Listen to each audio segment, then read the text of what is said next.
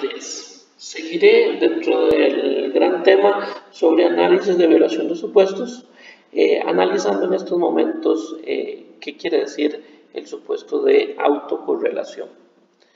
¿Cuál es el problema básico de la autocorrelación? Bueno, es que en presencia de autocorrelación, los estimadores mínimo cuadráticos siguen siendo insesgados, que eso es muy bueno, pero no tienen variancia mínima entre todos los estimadores insesgados.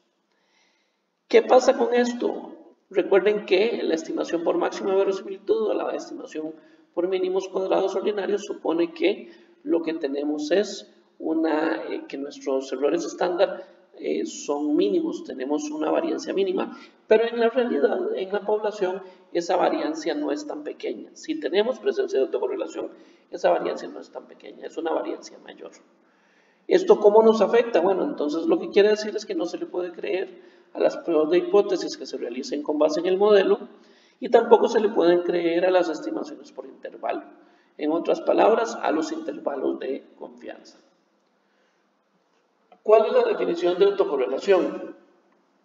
Dados dos valores cualesquiera de x de la misma variable, por ejemplo x1 sub i y x1 sub j, la correlación entre epsilon sub i y epsilon sub j es nula. En términos de simbología, eso lo que quiere decir es que la covariancia de epsilon sub i y epsilon sub j es igual a 0, o bien la esperanza matemática de epsilon sub i y epsilon sub j es igual a 0.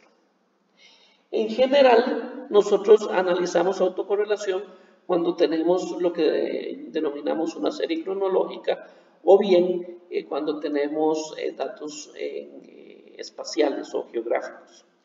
Por eso es que decimos que la correlación se observa entre miembros de series de observaciones ordenadas en el tiempo o en el espacio o ambas. Este es un caso en términos de series de tiempo. Vean que en el eje de las abscisas lo que tengo es el tiempo, en todos los casos va de 0 hasta 200, y en el eje de las ordenadas lo que tengo son los residuos. En otras palabras, si ustedes lo que ven es, si ustedes observan este tipo de patrones, por ejemplo, patrones cíclicos, como tenemos aquí, tendencias crecientes o tendencias decrecientes a través del tiempo, o bien tendencias cuadráticas y nuevamente a través del tiempo, lo más probable es que tengamos problemas de autocorrelación y tenemos que modelar o corregir eso. Lo ideal es que si tenemos los residuos y tenemos el tiempo, no veamos ningún patrón. En otras palabras, observemos una distribución aleatoria de los errores a través del tiempo. ¿Por qué ocurre la autocorrelación? Y esto es muy importante argumentarlo. Uno puede ser por la inercia en una serie de tiempo. Con el tiempo hay series que crecen sostenidamente por un fenómeno totalmente natural.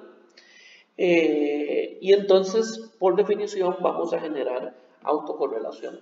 Por ejemplo, si nosotros analizáramos la estatura de los niños a través del tiempo, posiblemente lo que nosotros tenemos es la estatura de un niño, posiblemente nosotros lo que tenemos es un proceso con autocorrelación, porque si un niño va creciendo, se alimenta bien, naturalmente va a seguir creciendo a un ritmo mayor que, por ejemplo, un niño que no se alimenta bien.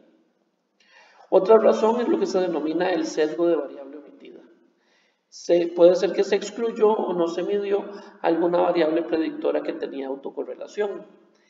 Recuerden que aquí el problema es que la variable dependiente y por ende sus residuos tengan autocorrelación. Pero si una variable predictora tiene autocorrelación, no importa si se incluye en el modelo. El problema es que se excluya una variable predictora que tiene autocorrelación y eso me va a generar que los errores tengan también una tendencia, en otras palabras, que haya autocorrelación. También puede ser un problema de un sesgo de especificación, que tengamos la forma funcional errónea. Por ejemplo, puede ser que en la función poblacional tengamos una ecuación cuadrática como estas. Y sub i es igual a beta 0 más beta 1 x1 sub i más beta 2 x1 sub i al cuadrado más epsilon sub i. Pero cuando nosotros hacemos la estimación, nada más hacemos y sub i es igual a beta 0 más beta 1 x1 sub i más el epsilon sub i. En otras palabras, la forma funcional era cuadrática, pero estamos planteando una forma funcional lineal. También, y esto es muy importante, también podemos tener autocorrelación si existen rezagos, ya sea en las variables predictoras o dentro de la ecuación.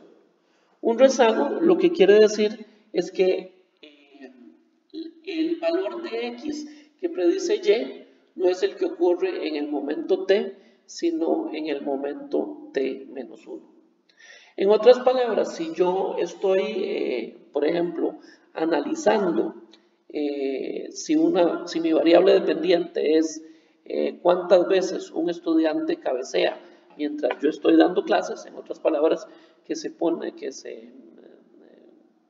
empieza a dormir mientras yo estoy dando clases, ¿esto a qué se puede deber? Bueno, se puede deber a las horas a que no durmió bien, en otras palabras, las horas de sueño en el día anterior, eso es un rezago, e inclusive puede ser que en el día tras anterior y tenga sueño acumulado. Eso es un rezago cuando la observación de la variable dependiente en el tiempo depende de la observación de la variable predictora en un tiempo previo. Y nosotros debemos de modelar ese rezago para que no exista autocorrelación. También puede ser que dentro de la ecuación yo tenga un rezago no de la variable predictora, sino de la variable dependiente. En otras palabras, aquí tendré un modelo en el que y sub i sub t está en función de x1 sub i y en función de y sub i en el tiempo t menos 1.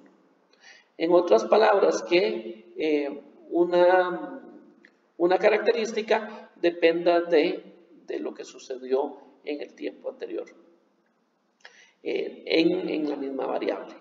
Por ejemplo, en economía o en econometría, uno podría argumentar que el índice de precios de agosto puede estar definido o puede estar determinado por el índice de precios en julio.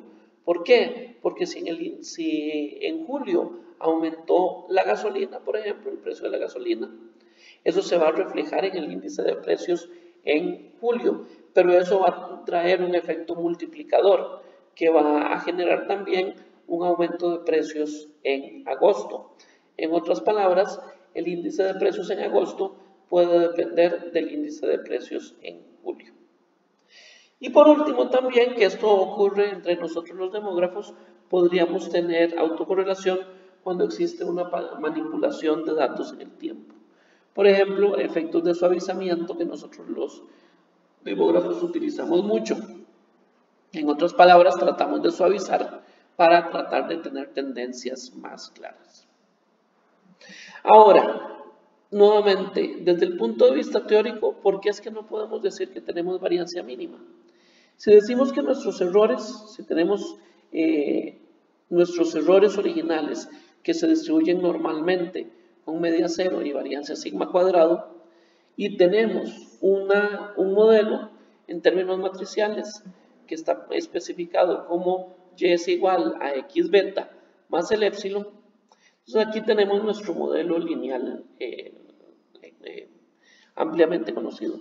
El problema es si nuestro error epsilon depende del error u y de un rezago en el error del epsilon. En otras palabras, que epsilon sería igual a u, que tenemos aquí, más el epsilon por rho. Rho es una matriz de correlaciones entre el momento t y el momento t menos 1 o el momento t menos 2, etc.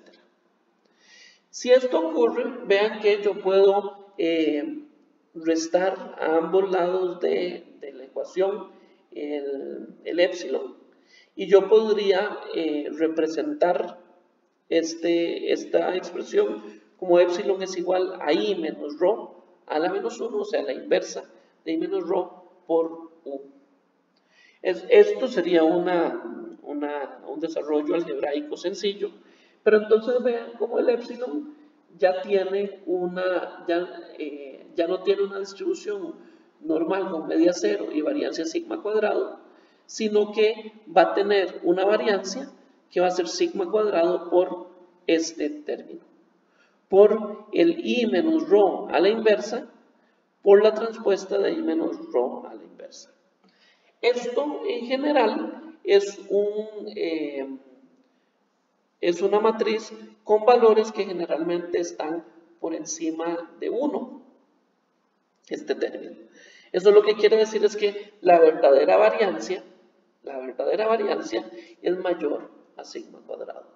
No tenemos variancia mínima, sino que tenemos una variancia que es sigma cuadrado multiplicado por un factor que es mayor a 1.